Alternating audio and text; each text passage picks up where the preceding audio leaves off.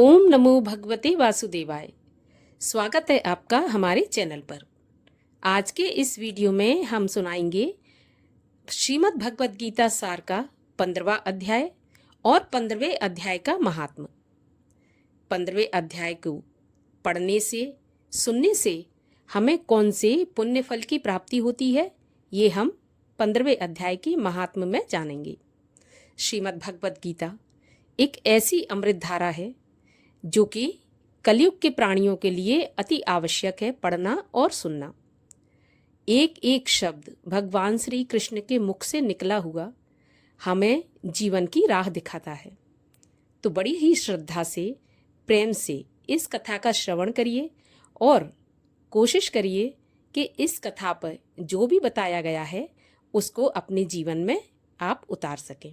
तो चलिए शुरू करते हैं श्रीमद् भगवत गीता सार का 15वां अध्याय। भगवान श्री कृष्ण बोले, संसार अश्वत्थ के समान है। देखिए यहाँ पर जो अश्वत्थ शब्द है उसका मतलब है पीपल। तो संसार को भगवान ने पीपल के समान बताया है, जिसका पुराना पुरुष रूप जड़ ऊपर है और चराचर शाखा नीचे है। वेद इसके पत्ते हैं। जो जानता है वही वेद का ज्ञाता है। इसकी शाखाएं ऊपर फैली हुई हैं। सत्व, रज और तमोगुण इसकी रसवाहिनी नसें हैं। इनसे इसका पालन होता है। शब्द रूप आदि इसकी डालियां हैं। पीछे कर्म रूप से प्रकट होने वाली इसकी जड़ें नीचे मनुष्य लोक में और भी नीचे तक चली गई हैं।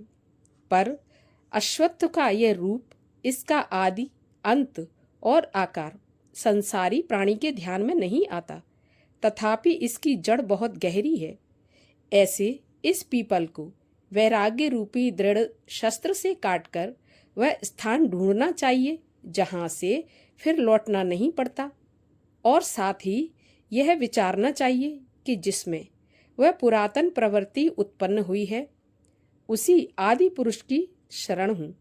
अहंकार और मोह रहित संग दोष को जीतने वाले, आत्मज्ञान से निरत, सब कामनाओं से दूर, सुख दुख नामक द्वंद्व पदार्थों से मुक्त ऐसे ज्ञानी पुरुष शाश्वत पद को जाते हैं, जिसे सूर्य, चंद्र या अग्नि प्रकाशित नहीं करते। वही मेरा परम धाम है। वहां जाकर लौटना नहीं होता। मेरा सनातन अंश इस जीव लोक का रूप धरकर प्रकृति में स्थिर पांचों इंद्रियों और छठे मन को उससे छुड़ाता है। जैसे वायु पुष्प आदि को, गंध को दूसरे स्थान में ले जाती है, इसी प्रकार यह देह स्वामी शरीर धारण करने के बाद जब उसका परित्याग करता है तब इंद्रियों और मन को साथ ले जाता है। कान, आँख, चर्म, जीभ, नाक और मन का आश्रय लेकर वह जीव विषयों का भोग करता है। एक देह से दूसरी देह को जाते अथवा एक ही देह में रहते समय अथवा इंद्रियों से युक्त हो विषयों का उपभोग करते हुए इसको मूर्ख देख नहीं सकते, किंतु ज्ञान रूप नेत्र हैं, वे देखते हैं। यत्न करने से योगी जन इसे देख सकते हैं, परंतु अज्ञानी यत्न करके भी इसे नहीं देख पाते। जो तेज सूर्य, चंद्रमा और अग्नि में वर्तमान है और जगत को प्रकाशित करता है, उसे मेरा ही तेज मानो। मैं ही पृथ्वी में प्रवेश कर अपने तेज से समस्त भूतों को धारण करता हूँ और इसमें रस स्वरूप चंद्रमा बनकर मैं ही सब औषधियों का पोषण करता हूँ। मैं जठर अग्नि होकर प्राणियों की देह में प्रविष्ट हूँ और प्राणवायु अपान वायु से संयुक्त होकर चारों प्रकार भक्ष, भोज्य, चोष्य, लेह से भोजन किए हुए प्राणियों के अन्न को पचाता हूँ। संपूर्ण भूतों के हृदय कमल में निवास करता हूँ। मुझ में स्मृति, ज्ञान और उनका नाश होता है। सब वेदों में जानने योग्य मैं ही हूँ। वेदांत कर्ता और वेदों का ज्ञाता मैं ही हूँ। इस संसार में चर और अचर ये दो पुरुष हैं। जितने भी नाशवान प्राणी हैं वे चर कहलाते हैं और उनमें कूटस्थ अर्थात जो शैल शिखर के भांति स्थिर चैतन्य को अचर कहते हैं, किंतु उत्तम पुरुष परमात्मा विकार रहित सर्वनियंताबद्ध मुक्त नित्य रूप तीनों लोकों में प्रविष्ट होकर भरण पोषण करता है, वह इन दोनों से अलग है। मैं चर और अचर से उत्कृष्ट हूँ, इसी कारण से लोक और वेद में पुरुषोत्तम के नाम से मैं विख्यात हूँ। हे भारत, जो ज्ञानी जन इस प्रकार से मुझको पुरुषोत्तम जानता है वह सब कुछ जानता है और सभी जगह मेरा ही स्मरण करता है। हे भारत, शास्त्र के इस गहरे भेद को जो मैंने तुम्हें बताया है, ये जानकर बुद्धिमान पुरुष कृतकृत्य होते हैं। इस प्रकार श्रीमद् भगवद गीता सार के 15वें अध्याय का यहीं पर समापन होता है और अब सुनते हैं 15वें अध्याय का महात्म्य। श्रीमद् भगवद गीता सार के 15वें अध्याय का महात्म्य सुनाते हुए श्री नारायण लक्ष्मी जी से बोले, हे लक्ष्मी, अब 15वें अध्याय का महात्म्य सुनो।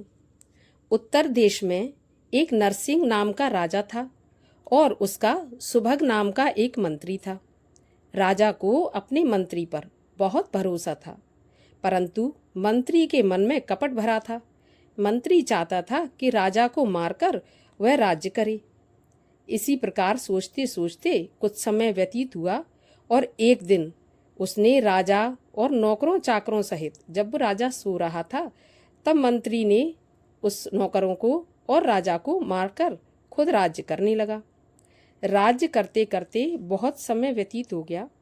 एक दिन वह स्वयं भी मर गया और मरकर यमराज के पास दूत बांधकर ले गए। यमराज ने कहा, यमदूतों, यह बहुत पापी है, इसको घोर नरक में डालो। हे लक्ष्मी, इस प्रकार वह पापी कई नरक भोगता भोगता धर्मराज की आज्ञा से घोड़े की योनि में आया और संगल द्वीप नाम की जगह पर एक घोड़ा हुआ। संगल द्वीप में एक बहुत बड़ा घोड़ों का सौदागर घोड़े खरीदने के लिए आया और उसने उस घोड़े को भी खरीद लिया और खरीदकर अपने देश को चला गया। चलते चलते जब अपने देश में आया, तब वहाँ के राजा ने सुना कि एक सौदागर बहुत से घोड़े लेकर आया है। तो राजा ने उस सौदागर को बुलाया और अपनी पसंद के अच्छे अच्छे घोड़े खरीदे, जिसमें उसने वो घोड़ा भी खरीद लिया। जब राजा घोड़ा खरीद रहा था, तब राजा ने उस मंत्री जो कि घोड़ा बन चुका था उस पर हाथ फेरा, तो उसने राजा को देखकर अपना मुंह फेर लिया। राजा ने देखकर कहा कि ये क्या बात है, मैंने घोड़े के सिर पर हाथ फेरा है और इसने सिर फेर लिया अपना। तब राजा ने पंडित बुलाकर पूछा कि इस घोड़े ने हमें देखकर सिर क्यों फेर लिया, इसका कारण क्या है। तो पंडित ने कहा, राजन, इस घोड़े ने आपको देखकर सिर फेरा नहीं है, सिर झुकाया है, नवाया है। राजा ने कहा, अच्छा ऐसी बात है। इस प्रकार कई दिन बीत गए। राजा एक दिन शिकार खेलने उसी घोड़े पर सवारी करके गया। वह घोड़ा बहुत तेज दौड़ता था। राजा शिकार खेलते खेलते बहुत दूर चला गया। उस दिन राजा ने जाते ही शिकार कर लिया, तो राजा बहुत प्रसन्न हुआ और शिकार खेलते खेलते उसको दोपहर हो गई और राजा को बहुत प्यास लगी। तभी राजा ने देखा कि जंगल में एक साधु की कुटिया है और उसमें साधु देव बैठे हैं और पास ही में तालाब भरा हुआ है जल से। वहां पर राजा गया और वहां जाकर घोड़े से उतरा और घोड़े को एक वृक्ष से बांध दिया और स्वयं कुटिया में चला गया। कुटिया में देखा तो साधु महाराज अपने पुत्र को गीता के 15वें अध्याय का पाठ सिखा रहे थे। एक वृक्ष के पत्ते पर श्लोक लिख दिया और अपने बालक से कहा कि लो, इसको खेलते खेलते याद करो, इसको खेलते भी रहो और याद करते रहो। जिस वृक्ष से राजा ने घोड़ा बांधा था, उसी वृक्ष के पत्ते पर श्री गीता जी का श्लोक लिखा था। जब वह बालक पत्ता लेकर खेल रहा था और 15वें अध्याय का श्लोक भी पढ़ रहा था, तब उस पत्ते को घोड़े ने देखा और जैसे ही उसकी नज़र उस पर पड़ी, तत्काल उसकी देह छूट गई और उसने देव देह पाई। स्वर्ग से विमान आया जिस पर बैठकर बैकुंठ को चला। इतने में राजा पानी पीकर बाहर आया तो देखा कि घोड़ा मरा पड़ा है। राजा चिंतावान हो गया और बोला, यह घोड़ा किसने मारा, इसे क्या हुआ। इतने में वह बोला, हे राजन, तेरे घोड़े का चैतन्य मैं हूँ। अब मुझे देव देह मिल गई है और मैं बैकुंठ जाता हूँ। राजा ने विस्मित होकर दंडवत किया और पीछे से राजा के जो सेना थी वो भी आ गई। राजा से मिलकर राजा घोड़े पर सवार होकर अपने घर को आ गया। अपने पुत्र को राज्य देकर स्वयं वन को चला गया। तप करने लगा और श्री गीता जी के 15वें अध्याय का पाठ किया, जिसके प्रसाद से राजा भी परम गति का अधिकारी हुआ। नारायण बोले, हे लक्ष्मी, ये मैंने 15वें अध्याय का महात्म आपको सुनाया है, जिसके प्रभाव से राजा और मंत्री दोनों ने देवदेह पाई और मोक्ष प्राप्त किया। इस प्रकार 15वें अध्याय का महात्म भी समाप्त होता है। अगले अध्यायों का सार और महात्म सुनने के लिए चैनल को सब्सक्राइब कर लीजिए और आज की कथा अच्छी लगी हो तो लाइक करके शेयर करिए, साथ ही कमेंट में अपने विचार भी अवश्य लिखिए।